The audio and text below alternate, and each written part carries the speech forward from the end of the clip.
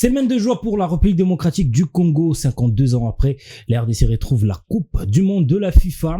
Madame, messieurs, c'était la nuit de mardi à mercredi dernier que la RDC a su valider son ticket pour cette Coupe du monde qui va se jouer en Amérique.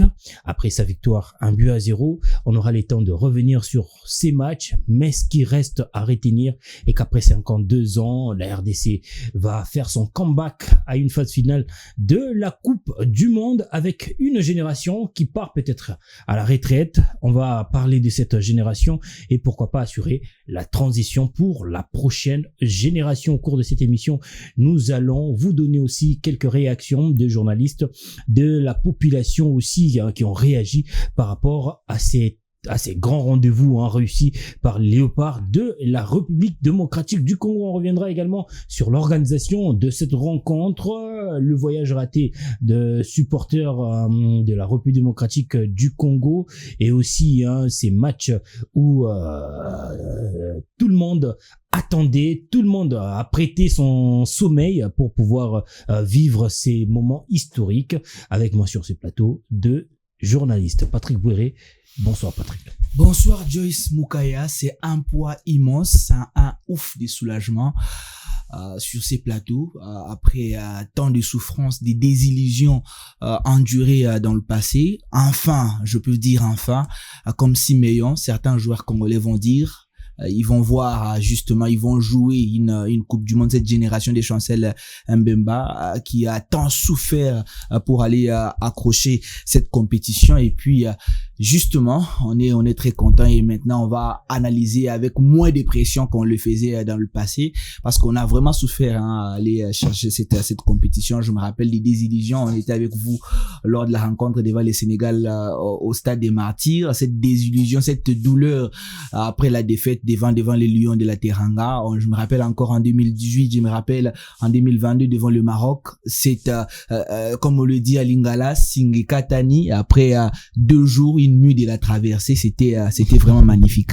On parlait des mardis maudits pour la République démocratique du Congo, donc il fallait attendre le mercredi pour marquer ses buts.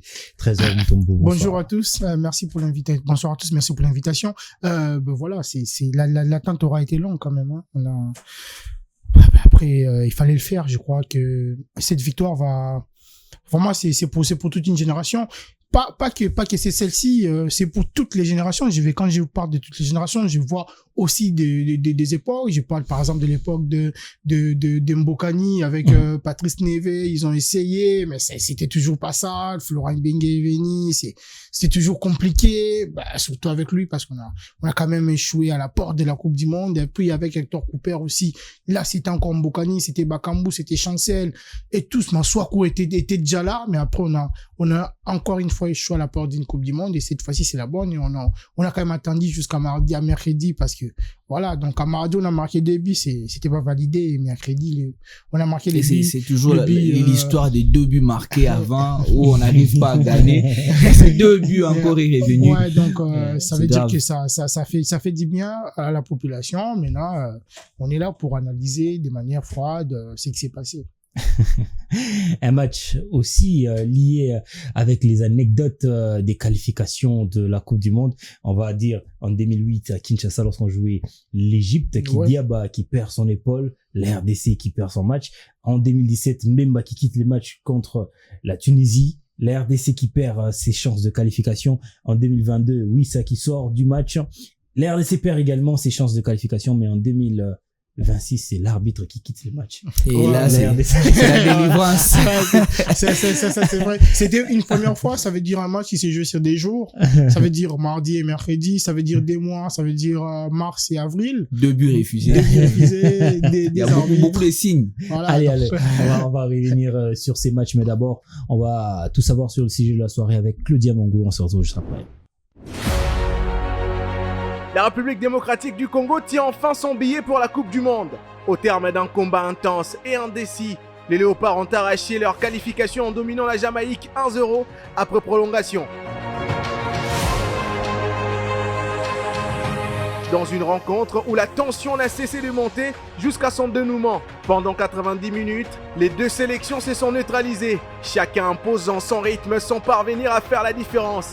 La RDC, solide défensivement et disciplinée dans l'entrejeu, a dû faire face à une équipe jamaïcaine, joyeuse et percutante, mais souvent imprécise dans les derniers gestes. Les occasions se sont faites rares, la prudence prenant le dessus sur l'audace. À mesure que le temps réglementaire s'égrenait, il a finalement fallu attendre les prolongations pour voir les destins basculer. À la 100e minute de jeu, sur un corner tiré par Brian Chipenga, Axel Twanzebe a surgi au bon moment pour libérer tout un peuple. D'un geste décisif, le défenseur congolais a inscrit l'unique but de la rencontre, envoyant ainsi les Léopards aux portes de l'histoire. Solides jusqu'au bout, les hommes du sélectionneur congolais Sébastien Desabre ont su préserver cet avantage précieux malgré les dernières offensives jamaïcaines.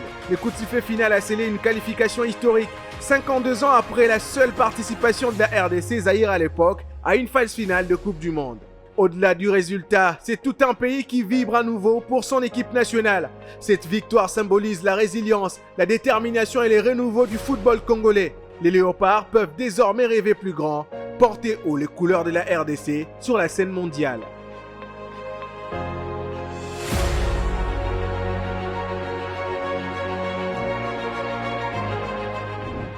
Le direct vous a échappé? Aujourd'hui, on ne rate plus rien. Ne soyez plus jamais en retard sur nos programmes. Téléchargez l'application mobile Innov.TV, enregistrez-vous et visionnez vos programmes favoris en direct ou en différé, partout et à tout moment. En bonus, découvrez la toute première édition du magazine Congo Story, exclusivement disponible sur l'application. Vivez en avant-première les séries télévisées congolaises pour seulement 5500 francs congolais ou 2,50 $ par mois. Innov.TV est dans votre poche. Active ton abonnement en 2 clics via mobile money ou par carte Visa. Innov.TV, votre temps, votre télé.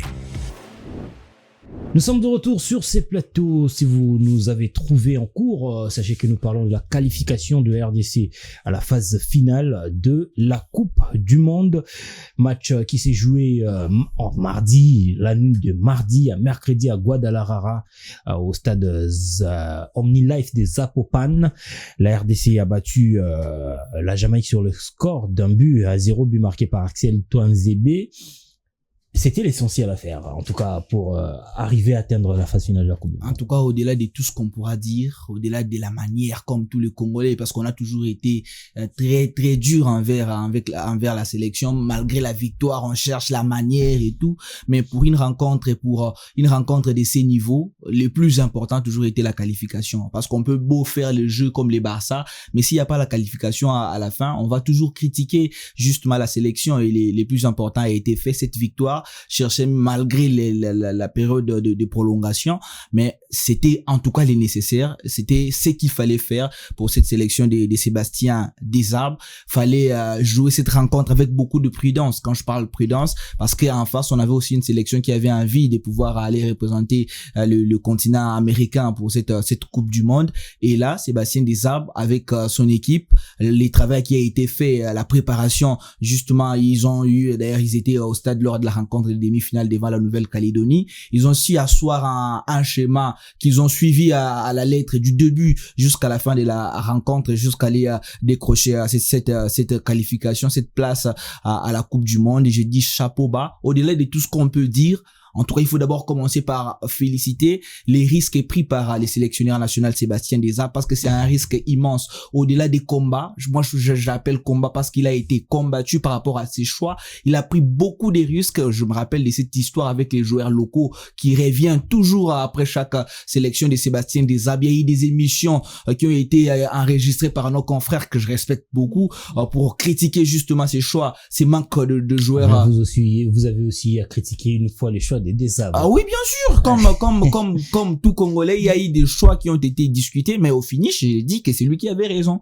Il a eu raison de pouvoir prendre ses risques parce qu'il avait un objectif. Je me rappelle quand il est arrivé à la tête de la sélection congolaise, l'objectif principal de Sébastien Desabre, c'était qualifier les Léopards de la République démocratique du Congo à la Coupe du Monde, et je peux bien dire qu'il a réussi son pari. Il a réussi les paris de pouvoir envoyer les Léopards 52 ans après à une phase finale d'une Coupe du Monde, et je me dis, en termes de conclusion pour cette première prise de parole, c'est que en République démocratique du Congo, l'indépendance d'esprit, c'est peut-être la solution pour pouvoir sortir les pays des situations difficiles. Pourquoi je parle de l'indépendance d'esprit? Parce que dans les passés, plusieurs sélectionnaires se sont fait piéger après leur sélection en injectant certains joueurs après la pression que ce soit du public, la pression de la presse, la pression. Ouais, je me rappelle encore du cas Jérémy Moulumba. Donc il y a toujours eu cette pression où certains compartissent, que ce soit à la presse, que ce soit il y avait aussi la pression politique qui faisait injecter certains joueurs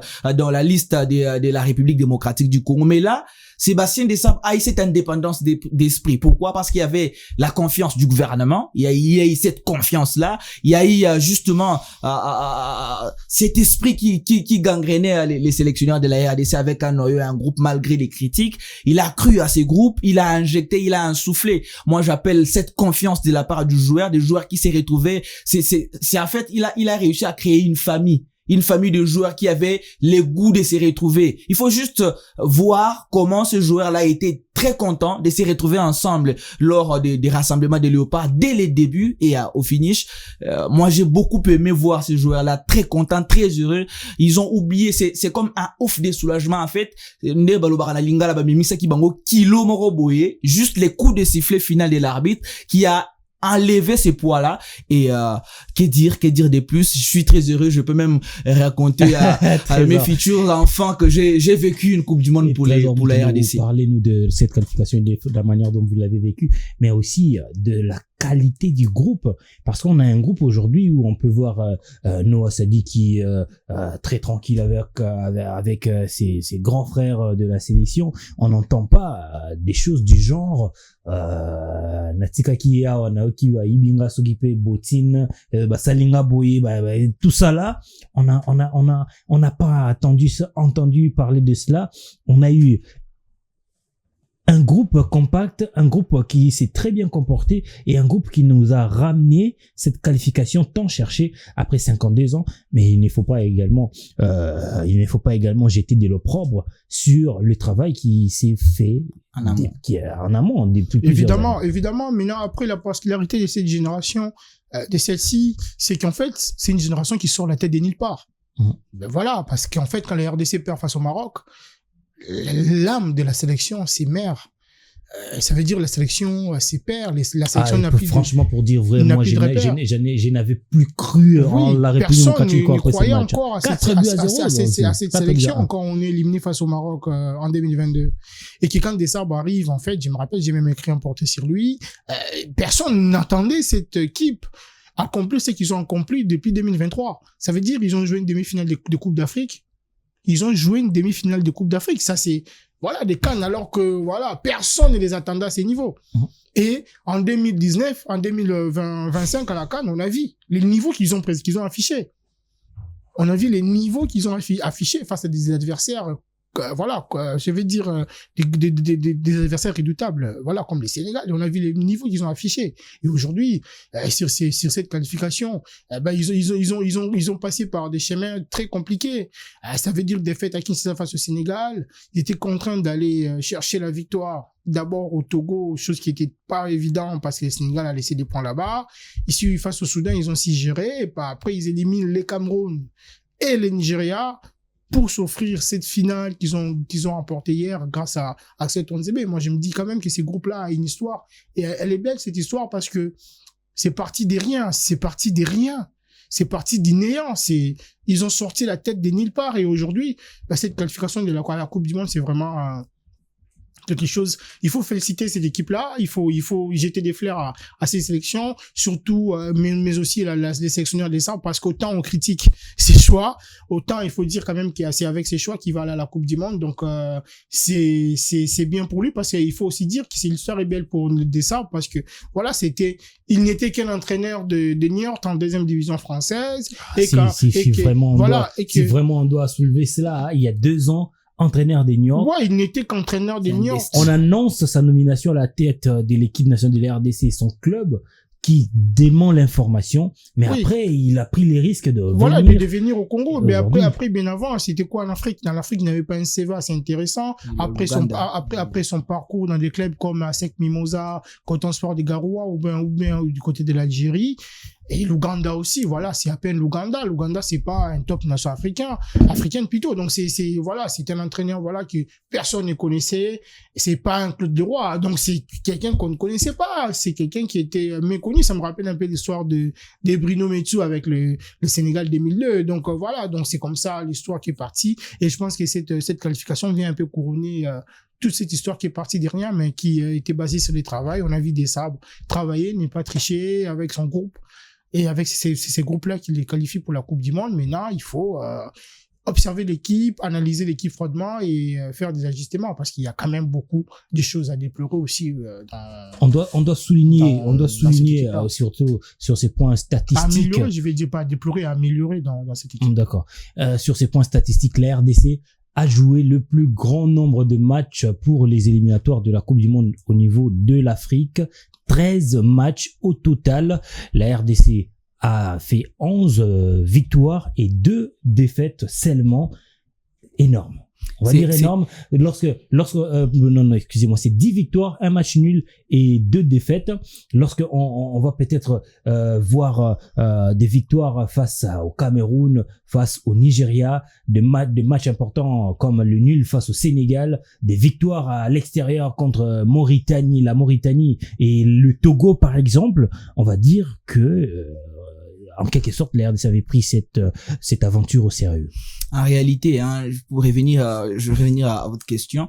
Par rapport à l'importance des sabres, rien que voir la joie des sabres hier, on comprend que c'est les plus beaux moments de sa carrière en tant qu'entraîneur. Parce que si on doit voir son CV, d'où il est passé, voir un moment comme ça, un moment magique, où il triomphe, où il est porté par ses joueurs, un instant où il entre dans l'histoire, parce qu'on doit se le dire, en République démocratique du Congo, les gens se souviendront de lui pour toujours, parce qu'il fait ce qu'a fait en 1974 les Yougoslaves qui nous a envoyés pour la toute première fois en Coupe du Monde, et lui aussi, il entre dans l'histoire, donc c'est vraiment magnifique. Et son parcours, il arrive dans une sélection congolaise qui est déchirée par des résultats qui n'étaient pas idéal, parce qu'on avait les Pépé Cooper, l'Argentin, qui nous a laissé avec une première défaite. D'ailleurs, c'était la première journée des éliminatoires de la Coupe du Monde face au Soudan, où on a perdu. Et Sébastien Là, c'est pour la CAN. Oui. Là, c'est pour la CAN Côte d'Ivoire. Pour la Coupe du Monde aussi, on a perdu la première journée. On n'a pas perdu. La première journée, on a joué contre la Mauritanie. Ici, on a gagné. Deuxième journée contre le Soudan, après, on a perdu. le problème avec des sabres, c'est que quand il arrive, il trouve les RDC en train de faire les éliminatoires. Après cette défaite-là, il arrive après cette défaite devant le Soudan. Non, il arrive après les défaites. Il arrive pendant, c'était les éliminatoires de la CAN Côte d'Ivoire. Oui, mais je parle pas des éliminatoires, mais c'était ouais. après cette défaite. Contre le Soudan, où il arrive. Il arrive, on était vraiment en train de balbutier en termes des résultats, et il va constituer un groupe, et c'est ces noyaux-là qui va le suivre jusqu'aujourd'hui. Si on doit parler en termes des changements dans cet effectif, ça ne sera pas plus de 4 ou 5 joueurs. Non, c'est beaucoup de joueurs qui sont partis. Il y a William Balikwisha qui ne vient plus. Il y a les Kaloulou, le défenseur, il vient quand même, il était blessé. Son grand frère mais Kaloulou, des joueurs qui sont toujours dans le noyau, peut-être en termes de choix. En termes de choix, c'est juste par rapport à la performance. Par rapport à la performance, mais ce sont des joueurs qui sont toujours dans le noyau. D'ailleurs, la preuve, c'est avec Brian Bayeye, qui est un joueur qui était dans le noyau, qui a fait partie de cette sélection depuis plusieurs mois où il n'était plus appelé. Mais là, il a été rappelé par rapport à une blessure de Jérémy Ngakia. Ce sont des joueurs qui se retrouvent dans le noyau, mais peut-être en termes de choix, parce qu'on peut pas prendre tout le monde. Il part avec ces noyaux, avec ces mêmes noyaux-là. Il fait confiance à cette équipe-là. Et c'est en fait la clé, parce qu'une sélection a toujours eu besoin de confiance. Et confiance avec des joueurs qui sont contents, que ce soit remplaçant ou titulaire. Je me rappelle des joueurs, les défenseurs central qui a joué peu de matchs, mais qui revient toujours, qui est toujours là et qui a toujours le même plaisir de jouer avec les Léopards de la République démocratique du Congo. Ruki Bouchiri, merci pour le nom, mais il est toujours là et il est toujours content. Il y a eu des joueurs des gardiens tels que Timothy Fayoulou qui est là qui ne jouait pas, qui a eu juste une chance de pouvoir démontrer à la face de la République démocratique du Congo son talent. Et il a été très important dans ses parcours de la République démocratique du Congo pour les qualifications, pour la qualification à la Coupe du Monde. Donc, c'est quelqu'un qui a su qui a su insuffler une idée, une philosophie à un groupe, et ça donnait de fruits. Et j'ai d'ailleurs vu certains pays africains qui prenaient la République démocratique du Congo comme un pays comme une sélection ordinaire, mais qui ont commencé à redistribuer justement l'idée, que ce soit en Coupe d'Afrique des Nations ou lors des éliminatoires de la Coupe du Monde. Je parle d'ailleurs du Sénégal, qui justement depuis un certain moment prend la République démocratique du Congo au sérieux, parce que la RDC a été la seule nation depuis un certain moment qui donne du fil à retordre au Sénégal pour remporter, que ce soit un match en phase finale de la Coupe d'Afrique des Nations. Après, Patrick, il faut dire, la dernière fois que les Sénégalais et les Congos sont dans un même groupe, ou sont sur un même schéma de qualification, c'est tellement disputé, ça se dispute jusqu'à la fin. On a vu à la CAN, c'est des buts qui ont fait la différence entre le Sénégal et la RDC. C'est n'est que 2 buts. Donc c'est la seule nation qui a tenu tête au Sénégal, que ce soit lors des éliminatoires de la Coupe du Monde ou à la Coupe d'Afrique des Nations. On va se le rappeler, même le Maroc a eu du mal à se débarrasser de la sélection sénégalaise. Il n'y a pas que le Sénégal, même dans le passé, si on doit prendre la Coupe d'Afrique des Nations qui s'est déroulée au Maroc, vous étiez là. On avait toujours eu du mal à faire face à des nations telles que l'Égypte. On avait toujours du mal à jouer des sélections comme les Maroc. Mais là, on a su tenir tête, et on a démontré à la face du monde que la République démocratique du Congo était en train de revenir, que ce soit en termes de classement FIFA. On a aussi vu une sélection qui est en pleine progression, en pleine récupération de sa place sur la scène internationale. Sur la scène internationale, je vais vous remettre la parole après, mais déjà, il faut savoir que les Congolais ont envahi déjà la page de la Fédération portugaise de football. comme ça a été pour la sélection jamaïcaine. La page de la Fédération jamaïcaine a été envahie. C'est maintenant de cette manière-là que les Congolais se font savoir auprès des publics d'autres nations. Mais on va revenir sur ce plateau pour parler des légendes de cette qualification. Il y en a eu plein, mais on est allé à la recherche d'un des tuteurs qui a promu une légende, Innocent Kibundulu, président de la formation des Jogari à l'époque, qui a sorti Elia Meshak. Il était aussi secrétaire général de la fédération à l'époque où la RDC débute cette campagne de la Coupe du Monde, même si arrivé à un moment, le Connor est parti, lui également, il a démissionné, mais il a joué un double rôle lors de cette campagne en tant que secrétaire général de la fédération et ensuite en tant que l'un des investisseurs en termes de talent qui a permis à ce que la RDC puisse avoir une qualification. On va suivre son intervention et on se retrouve juste après. Joyce, peut-être vous me croirez, vous me croirez pas. Ça dépend. Un jour, à la Fédé, à 3, le team manager, Dodolando, le sélectionneur manager, Serge Desabres, dans mon petit bureau, on évaluait l'équipe avec nos adversaires dans le groupe où on était. En regardant, on s'est donné nos chances. Et il était établi qu'on pouvait bien se qualifier pour la Coupe du Monde. Et ensemble, on se disait, si on fait un bon résultat au Sénégal, nous passons premier du groupe. Dieu merci, au Sénégal, on a fait le bon résultat. Malheureusement, au match retour à Kinshasa, le Sénégal va déjouer tous nos pronostics. Et là, je n'étais plus dans le secret, dans l'organisation. Je n'étais plus à la Fédé. Bon, je ne dis pas que c'est moi qui faisais le résultat, mais on se concertait généralement, on s'est donné les idées pour obtenir les résultats. Je ne sais pas réellement ce qui s'est passé, mais dès la première journée des éliminatoires, on s'était fixé objectif Coupe du Monde, on s'était donné les moyens, le gouvernement. Ça, il ne faut pas que quelqu'un mente, le gouvernement n'a pas lésiné sur les moyens, ce qui concerne les éliminatoires. Et cet accompagnement, je dois aussi, en passant ici, mentionner M. Joe Kamga, qui a été dans ce combat, dans ce complot pour la réussite. Et nous nous sommes retrouvés dans les critères pour les repêchages. Dieu merci, voilà, on est qualifié. Je ne peux être qu'aux anges à l'heure qu'il est. Meshack, pour moi, ce n'est pas un joueur. Meshack, c'est un fils à moi. C'est un enfant de ma maison. Et joueur, Meshack l'est. Et je peux aujourd'hui m'autoriser de dire que c'est une légende, le petit. En fait, excusez-moi, Meshack Elia, joueur, s'est inscrit sur la voie des grandes personnalités du football congolais. Meshack est médaillé d'or du CHAN 2016. Meshack est médaillé de bronze quand on a eu la 3e place en Guinée.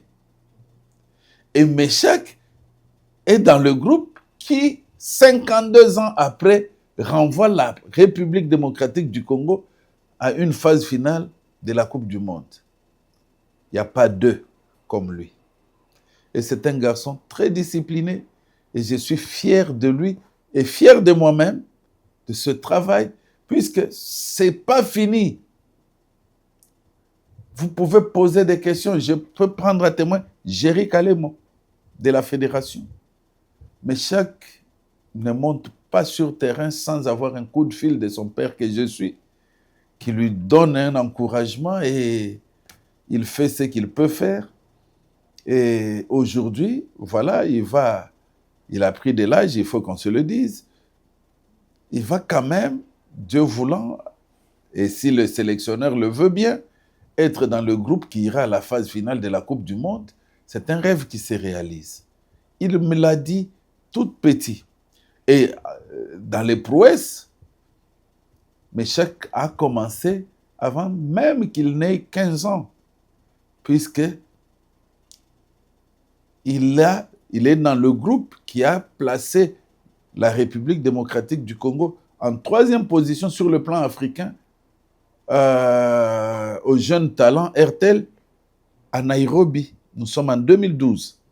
C'est là que Meshack a commencé. Et il s'est entraîné dans le camp de Manchester United avec Sir Alex Ferguson qui lui a décerné un brevet que j'ai jusqu'à aujourd'hui dans la maison. Des photos sont là. Donc c'est un petit qui était destiné à aller loin et un rêve se réalise. Pour lui, je ne peux être que fier et content. De retour sur ces plateaux, vous avez suivi Innocent Kibundulu, président de la formation d'Ange Vert, ancienne formation d'Elia Meshack. Il était également secrétaire général de la Fédération congolaise de football, association. Trésor Mutombo. Le parcours de Elia Meshack, c'est quand même un parcours à ne pas négliger ou à ne pas ignorer. Champion d'Afrique avec les Léopards à prime, meilleur buteur du championnat d'Afrique des Nations, meilleur joueur de cette même compétition, 4e de la Coupe d'Afrique des Nations en 2023. Maintenant, il a réussi à qualifier la RDC en Coupe du Monde. Et alors, on ne doit pas oublier il fait partie des joueurs qui ont participé activement à cette qualification après avoir marqué un but important face au Nigeria. Elia Meshack, c'est l'un des tauliers de cette sélection. Évidemment, c'est l'un des tauliers. Et puis voilà, depuis que Desabre est arrivé, je crois que c'est les joueurs les plus réguliers de Sébastien Desabre. À un moment, il était le meilleur buteur à l'ère Desabre, même si Bakambu l'a détrôné. Donc c'est les joueurs les plus réguliers que Desabre. Je pense même qu'il est le plus utilisé. Lui et Moutoussamy, Chancel aussi. Je crois que c'est les joueurs les plus réguliers de Desabre. Et aujourd'hui, c'est bien pour lui parce que Meshack, c'est quelqu'un qu'on a vu, qu'on voit comment il commence avec les tournois RTL Jeune Talent et quand on l'a vu au CHAN, il a démontré son talent, il a même fini meilleur joueur de la compétition et son doublé en finale et ses buts, voilà, qui est resté dans les annales, cette frappe qu'il a marquée à l'entrée de la surface, notamment il a réédité face à l'Angola. Donc je pense que Meshack aujourd'hui, il faut le dire, c'est un joueur, c'est un modèle de constance en équipe nationale. Et ça fait plaisir de voir cette génération-là, notamment lui qui incarne vraiment. C'est cette génération. Lui, Chancel, Cédric, c'est les 3 joueurs qui, même un peu aussi Arthur, c'est vraiment des joueurs qui incarnent cette sélection. Et je pense qu'il il vient d'écrire, surtout lui, Méchac, il vient d'écrire l'une des plus belles pages de l'histoire du football congolais. Et on est content pour lui. Je suis très content pour lui et j'espère que il va être là à la Coupe du Monde, parce que j'espère qu'il ne se blessera pas. Il sera là à la Coupe du Monde. En tout cas, déjà, ce qu'ils ont réalisé pour les pays, c'est grand, c'est énorme.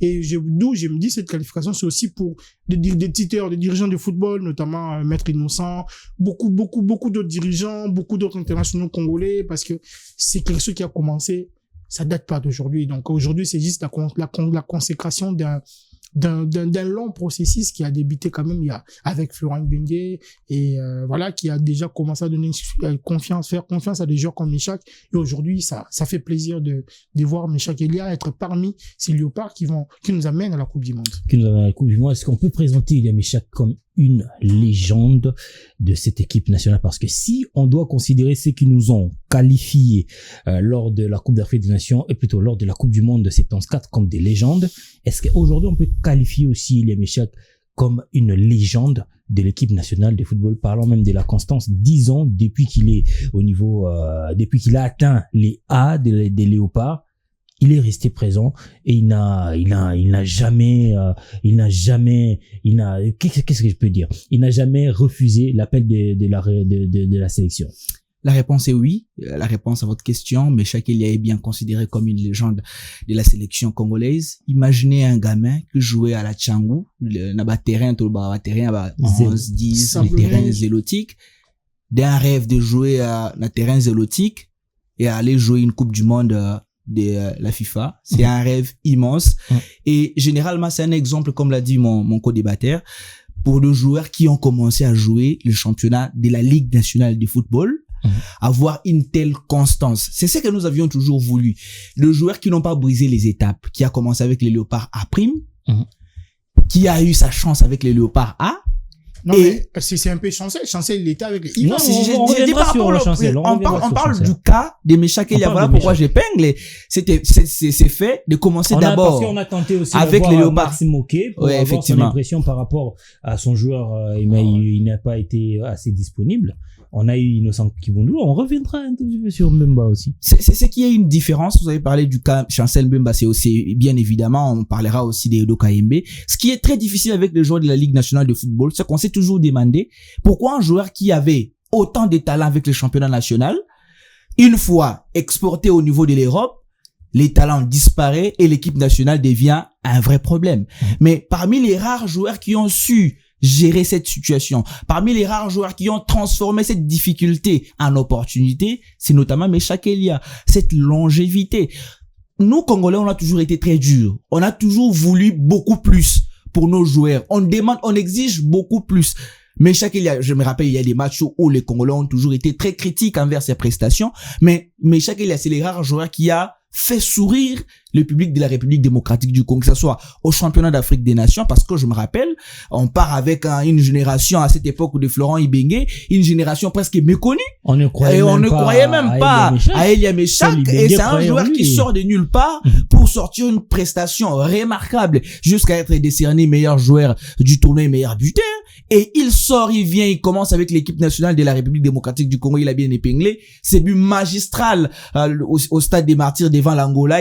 C'est presque un bis répétita, on peut dire, de ses buts marqués au championnat d'Afrique des Nations. Et ça part. Il va être exporté en Europe. On va dire, bon, peut-être là, ça sera difficile. Il quitte les championnats nationaux qu'il était habitué à jouer. Il va jouer du côté du championnat suisse, mais il est toujours régulièrement appelé. Et jusqu'aujourd'hui, ses prestations ont été justement très, très, très importantes, que ce soit pour les qualifications à la Coupe d'Afrique. Vous allez vous rappeler de ces buts, 2 buts marqués devant la Tanzanie pour ces qualifications. Et rappelez-vous encore de ces buts, vous avez épinglé devant les Nigeria qui était très important parce qu'on était mené 1-0. C'est lui qui permet à l'équipe d'égaliser et d'envoyer la RDC à la séance fatidique des tirs au but. C'est une légende. C'est vraiment une légende pour la République démocratique du Congo qui mérite reconnaissance et un exemple à suivre pour les joueurs de la Lina Foot qui doivent comprendre que le football est un métier. Lorsqu'on devient footballeur, on devient footballeur professionnel. Il faut consacrer sa vie à ces métiers. Il faut pas dire que je quitte la Ligue nationale de football, je vais en Europe, c'est déjà tout, j'ai tout fait, j'ai tout accompli. Non, il faut avoir cette longévité-là, que ce soit en club ou en équipe nationale pour que votre carrière devienne légendaire comme la carrière de Meshak Elia. Il faut qu'on retienne aussi que Meshak a toujours marqué lors des rencontres décisives, comme lors de la Coupe d'Afrique des Nations 2023 en 8e de finale face à l'Égypte. Ouais. C'est lui qui marque l'unique but de la RDC. Il marque un doublé, comme vous venez de l'épingler, contre la Tanzanie pour qualifier la RDC à la Coupe d'Afrique au Maroc. Il marque aussi un but très important face au Nigeria pour revenir pour permettre à la RDC de revenir au score et aller battre le Nigeria pendant la séance de tir au but. Et là, Elie Meshak est toujours présent. Et là, il a réussi à qualifier l'équipe à la Coupe du Monde. Un autre taulier, on dira aussi un super légende, une super légende, c'est Chancel Mbemba Mangulu, lui qui a débuté ici au pays. Il a brillé, il a quand même eu un parcours normal, U20, U23 chez les A. Et d'ailleurs, je me souviens en 2013, lorsque Claude Leroy l'emmène à la Coupe d'Afrique des Nations en Afrique du Sud, il y a d'heureuses mémoires Prince Lossala qui critiquait sévèrement Claude Leroy pour avoir, on ne connaissait pas Mbemba. On l'a vu quelques matchs en 2011 grâce à Ntsengi Biembe. Oui. Belle génération avec Pierre Boutaï Bamato, qui aujourd'hui a Manza Bidje. Voilà, exactement. Les Bobo Ngenda, tous sont partis et passés. Deo Kanda, il y a Bangala Litombo, Galor Diboulana qui est décédé également. Il y a Hervé Ndonga aussi qui était Hervé Ndonga aussi également. C'était une très belle génération. Chancel Mbemba jouait, mais à la CAN, personne ne voulait. Non. Prince Lossala a critiqué vivement sa présence, mais que le roi y a cru. Et ça n'a pris que 2 ans pour que Ibenge le récupère, l'emmène à l'équipe nationale pour aller gagner la 3e place. Aujourd'hui, il est parmi les légendes de cette sélection parce qu'il s'est rendu décoré forcément. Évidemment, mais après, il faut dire quand même, la CAN 2013, moi, je pense que c'est la CAN miroir pour le football local parce que sur cette CAN-là, c'est une parenthèse que j'ouvre, il y a 10 joueurs locaux. Voilà, c'est une CAN où on n'avait jamais vu une si représentation du championnat local. Il y a 10 joueurs du championnat national. À l'époque, Chancel, d'ailleurs, il joue pas encore le championnat national, il joue Il était déjà Anderlecht, mais à l'équipe d'âge, chez évidemment, ça veut dire, voilà, mais après lui, il n'a pas fait les grands clubs du pays, il n'a pas fait Daring, il n'a pas fait Mazembe, il n'a pas fait, Vita ou encore, Lupopo. Lui, il est parti des MK est en chéité, MK, Mokev, c'est Moké de Kinshasa. Donc, c'est en fait ça. Et aujourd'hui, les voir, Chancel, c'est un modèle de réussite pour tout footballeur congolais né au Congo, qui joue au Congo, qui connaît les terrains sablonnés de Kinshasa. C'est un modèle de réussite parce que, on va dire, c'est ces joueurs congolais, je suis l'un des rares joueurs congolais à partir d'ici, à jouer dans des grands clubs. Notamment Anderlecht, c'est un grand club belge. Après, il est allé à Newcastle. Il a joué à Newcastle. Il a fait la première ligue. Ensuite, c'est Porto. Je pense que même c'est l'apothéose de sa carrière, du jouer à Porto. Porto, à côté des Pep, c'est un autre niveau. Les top. Vitinha. Oui, évidemment. Il a joué à Porto. Et je me rappelle d'un match de quart de finale de la Ligue des Champions. Je crois 8e ou quart de finale de la Ligue des Champions où Porto a sorti la Juve de Cristiano. Ces jours-là, franchement, j'aime bien SR7, mais on était tous derrière Porto parce qu'on voulait que Chancel soit qualifié. Donc on a vu ces jours-là et puis il est allé à Marseille, Olympique de Marseille, c'est pas rien. On connaît ce qui s'est passé à Marseille et on connaît comment est-ce que les sportifs de Marseille aujourd'hui, c'est pour Mbemba est dans leur cœur et aujourd'hui il joue à Lille. Quand on voit les clubs que Mbemba a fait, après voilà, c'est son parcours forge, je veux dire, l'admiration et le respect.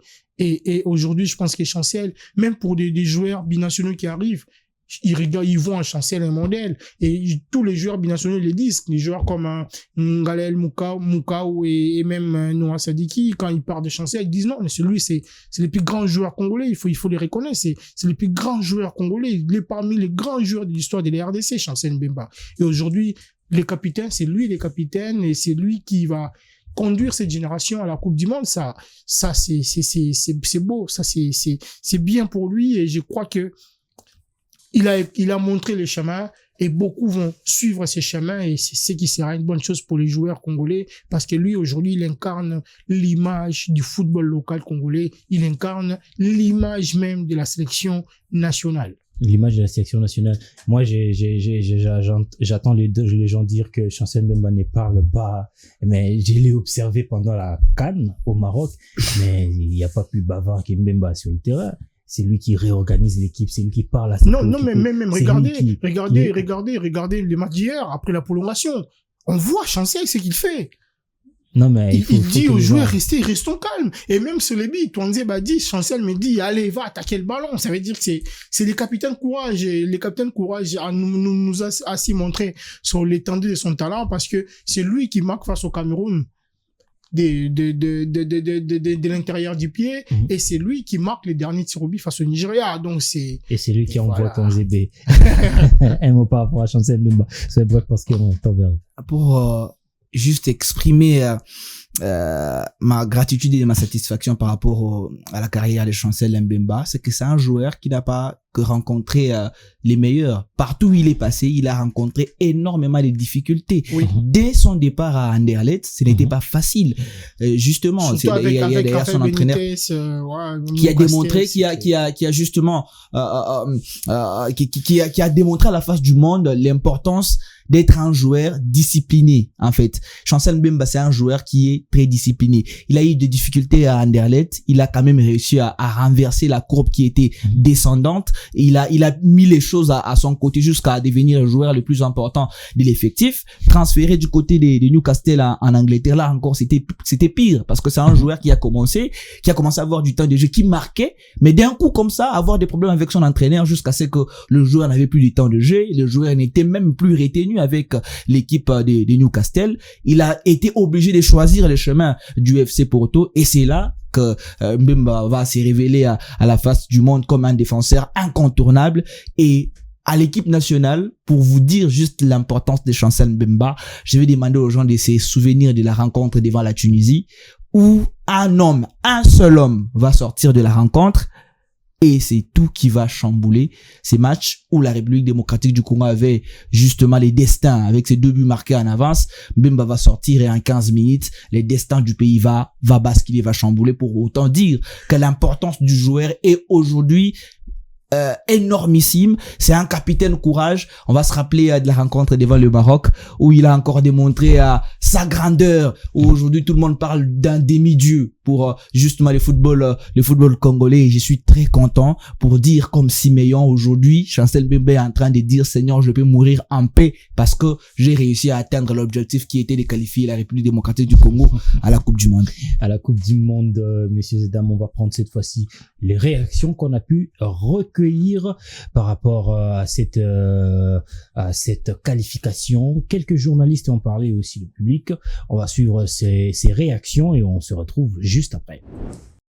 L'émotion, sincèrement, je n'en revenais pas. Je me disais que c'était le poisson d'avril, c'était déjà le 1er avril, mais nous sommes à la Coupe du Monde. C'est beaucoup plus la liesse populaire qui m'a le plus aussi marqué. Quand j'ai vu mes compatriotes savourer cette qualification, je me suis dit effectivement, nous allons jouer la Coupe du Monde 52 ans après.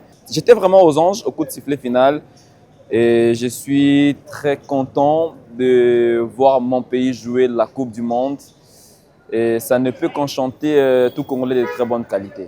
Après qualification, on a posé le rotobalo de la Bisson parce qu'après autant d'années, 52 ans, ce n'est pas peu de choses pour se qualifier. Les autres équipes, tout le monde qui équipe déjà bien. Mais il y en a pas compatible au Sénégal, bon ça. Par exemple, milieu du terrain, offensif, il fallait pas améliorer finition. Il fallait tout le 9-10. Côté organisation, moi, surtout dans côté voyage. Quel net va supporter ça t'a mon qui était. Le moins binationaux, monsieur, baza pour briller. Une finale ne se joue pas, elle se gagne. On peut jouer un football champagne, mais si au finish on perd le match, on n'aura que nos yeux pour pleurer. Maintenant, on reviendra sur tous les déchets qu'il y a eu. Je pense que le plus important était la victoire. Cette équipe de la RDC a essayé de progresser. Oui, des aspects techniques, oui, mais il faut toujours se dire que la Jamaïque avait compris notre système. Elle était venue pour nous imposer les faux rythmes et on est tombé dans son piège. Heureusement qu'on avait des cartouches, des solutions sur le banc. Et on va voir comment retravailler toutes ces failles lors de la Coupe du Monde. Pour la RDC, na équipe na poule na biso équipe oyo ko compliqué ceux Portugal mais to beta pe na ba pays européen misu pe to beta na bango même ba pays asiatique to kuta kuna na déjà na bango alors Portugal to banga ite po Colombie to beta e ba improvisera makambo te préparation et banara lelo ba de la te to comme 2 mois 3 mois ba bana préparation équipe non dès maintenant ba bana za ko taba batterie nyos en mars ba zéro ba compartiment les autres zanga va améliorer pour que Macambo soit en ordre. Des pros, ils jouent en Angleterre, en France, dans des grands stades du monde. Ils n'auront peur d'aucun joueur déjà. Dans ce match-là, je pense qu'on a un mot à dire. Parce que dans cette Coupe du Monde, on prendra les meilleurs, 3e. Si on se bat pour gagner ne serait-ce qu'un seul match, et on a aussi des arguments solides. Alors, si on prend juste les 3 points, on peut encore rêver, pourquoi pas jouer les 16e de finale. Il y a l'Ouzbékistan que je ne sous-estime pas, mais je pense qu'on peut le regarder dans les yeux et l'affronter sans peur, encore moins de complexe. Et puis la Colombie, c'est vrai, la Colombie a un nom au mondial, autant que le Portugal, mais on va jouer notre football sans pression, mais déjà la qualification nous aidera à aller le plus loin possible. De retour sur ce plateau, cette fois-ci on va chuter avec l'idée qu'on va se faire sur les adversaires de la RDC pour cette phase finale de la Coupe du Monde. La RDC va être logée dans le même groupe que le Portugal, la Colombie et l'Ouzbékistan. On va dire que c'est déjà un groupe relevé au départ pour la RDC. Naturellement, c'est d'être relevé pour nous. Naturellement, parce qu'en fait, on a le Portugal et la Colombie à jouer. L'Ouzbékistan, bon voilà, on connaît pas encore l'adversaire, mais après on peut tenter le coup. Après aujourd'hui, avec les meilleurs 3e aussi qui ont la possibilité de se qualifier, ça veut dire il suffit de gagner un match, de faire un match nul. Avec 4 points, vous êtes déjà qualifié pour les 16e de finale. Maintenant, il y a un 16e de finale dans la Coupe. Il y a cette étape-là des 16e de finale dans la Coupe du Monde. Ça veut dire que voilà, on y va. Bah après, moi, il faut être honnête, on y va vraiment pour du bonus. L'essentiel, c'était d'abord de revenir. Après, il faut y aller. Il faut pas se poser trop de questions. Il faut y aller jouer. Il faut aller jouer notre football. Face au Portugal. Il faut nous améliorer, évidemment, parce que l'équipe a besoin de s'améliorer. Ben, c'est évident. Ça, c'est vrai. Parce on a dit ici que le Congolais ont envahi déjà la page de Portugal. Ouais, après, il faut on va aussi vérifier la page de la Colombie. Donc, après, il faut se rendre à l'évidence qu'on essaie un autre niveau. La Coupe du Monde, c'est top niveau. Ouais, c'est le top niveau. Et j'ai même demandé à quelqu'un qui a publié, dit non, mais vous allez là-bas faire quoi? J'ai dit non, mais il faut poser la question aux Italiens. Ils vous diront qu'est-ce que ça veut dire ne pas jouer la Coupe du Monde. C'est un top niveau. C'est tous les meilleures nations du monde qui se retrouvent en Coupe du Monde parce qu'il faut être meilleure nation pour être à la Coupe du Monde et que les RDC figure parmi les 48 nations qui vont aller à la Coupe du Monde. Déjà, ça c'est bien. Maintenant, il faut avoir l'ambition. Il faut pas aller là-bas des mains mortes. Il faut vraiment aller des pieds fermes avec beaucoup d'ambition, notamment pourquoi pas faire comme le Sénégal a fait en 2002, première participation, ils arrivent en quart de finale. Pourquoi pas? C'est des Africains comme nous, c'est une équipe de football et dans le football tout est possible. Maintenant, on a le Portugal à jouer. Bah voilà, il faut. Ça fait peur. Il faut juste résumer que ça fait peur. Non, ça devait pas faire peur. C'est le football. On a le Portugal à jouer. On a peur du scénario RDC Yougoslavie. Non, après, il faut le dire. Quand même qu'en 80, je vais dire 90, les Cameroun, lorsqu'ils arrivent à la Coupe du Monde, voilà, ils ont le premier match face à l'Argentine, mais c'est l'Argentine des Maradona, c'est l'Argentine qui est championne du monde, mais voilà, les Cameroun, les Cameroun les a battus. Bon, voilà, donc c'est le football. C'est une jurisprudence pour notre. Non, c'est pas une jurisprudence. On a plusieurs jurisprudences dans le football qui parlent qui plaident en faveur de la République démocratique. Ça veut dire que c'est pas une jurisprudence pour nous, mais ça veut dire c'est moi qui déjà c'est une grande joie de voir la RDC revenir à cette Coupe du Monde. Et maintenant, il faut aller dans cette Coupe du Monde là avec beaucoup d'ambition pour ne pas déjà faire mieux, pour pour moi, l'essentiel, c'est déjà faire mieux que notre dernière participation en 1974. En aimant faire mieux, ça veut dire. Ah ben, faire mieux, c'est pas être ridicule. C'est tout ce que je voudrais. Un petit point. Bon, ça veut dire avoir l'ambition. Avoir l'ambition, ça veut dire c'est le foot, on peut aller chercher une victoire, chercher bien plus que ça. Même une qualification, il faut avoir l'ambition. Le Nigeria n'a pas attendu plusieurs qualifications pour passer en 8e. Voilà, et c'est première qualification en 94 aux États-Unis. Ils ont joué le 8e de finale. Donc moi, je pense que les RDC aussi, voilà, on peut avoir beaucoup d'ambition. Bon, on peut aller dans cette phase-là avec beaucoup d'ambition et rêver de passer les seconds tours. Vous rêvez de la même manière que Trésor Mutombo. Les rêves permis dans ces groupes. Et je pense que j'ai toujours aimé voir la République démocratique du Congo se retrouver dans la posture d'une nation qui n'a pas justement qui n'est pas favori en réalité, d'une nation qui va partir, les gens vont plus regarder l'adversaire que la RDC et c'est comme ça qu'on évolue très mieux. Et oui, le football, ça fait peur parler du Portugal parce que si on regarde l'effectif de joueurs de cette sélection, ça fait peur. On a les Cristiano Ronaldo, on a parlé justement des Vitinha, des joueurs du Paris Saint-Germain qui sont en train de cartonner actuellement en Ligue des Champions, mais il faudra ne pas aussi oublier que si le Maroc de l'époque a réussi à tenir tête face au Portugal jusqu'à l'éliminer en Coupe du Monde, pour autant dire que le football n'est pas mathématique. On peut se retrouver dans une situation où les Portugal est en difficulté. Dans un match de football, tout peut se jouer. On peut on peut être dans un match où le Portugal écope d'un carton rouge à la première période. Ça peut être en faveur de la République démocratique du Congo. Donc, il faut pas justement enterrer les espoirs du pays juste avant de participer à la compétition. On a parlé d'une possible 3e place à prendre. Ce qu'il faut n'est pas encaisser beaucoup de buts face au Portugal. Pourquoi on doit viser la 3e place? Non, j'ai juste dit par rapport aux possibilités, par rapport aux possibilités pour la RDC. La première journée, on va jouer le Portugal. Faut ne pas juste encaisser beaucoup de buts parce que si on n'encaisse pas beaucoup, on peut mieux faire face à la Colombie, on peut mieux faire face à l'Ouzbékistan et prendre peut-être une 2e place directe qualifiée pour le prochain tour ou pourquoi pas postuler pour une 3e. On a toujours été bon. Rappelez-vous, souvenez-vous, on a toujours été bon pour être repêché comme meilleur 3e à la Coupe d'Afrique des Nations. On l'a fait lors de la Coupe d'Afrique, lors des compétitions passées en Coupe d'Afrique des Nations, repêché comme meilleur 3e et aller très loin dans la compétition. C'est la Coupe du Monde. Donc, oui, c'est la Coupe du Monde, mais c'est possible. C'est pas mathématique. C'est possible. La RDC peut aussi aller très loin dans ces cas. Par tout ça. Sans faire des calculs. Je dis, la RDC aujourd'hui, il faut aussi le dire. Les talents congolais, ils jouent dans les grands championnats européens. Ça veut dire, ils jouent contre les joueurs portugais. Ils jouent contre les meilleurs joueurs du monde parce qu'on dit les meilleurs joueurs du monde sont en Europe. Et les joueurs congolais jouent dans les grands championnats européens. Alors, il n'y a pas question de complexe. Il faut aller jouer avec beaucoup d'ambition.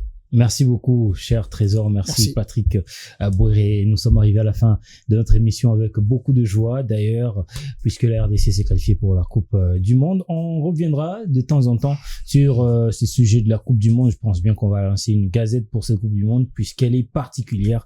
La RDC fera partie de cette belle campagne. On se dit au revoir. On se retrouve la semaine prochaine avec le même plaisir. Portez-vous bien. Ciao.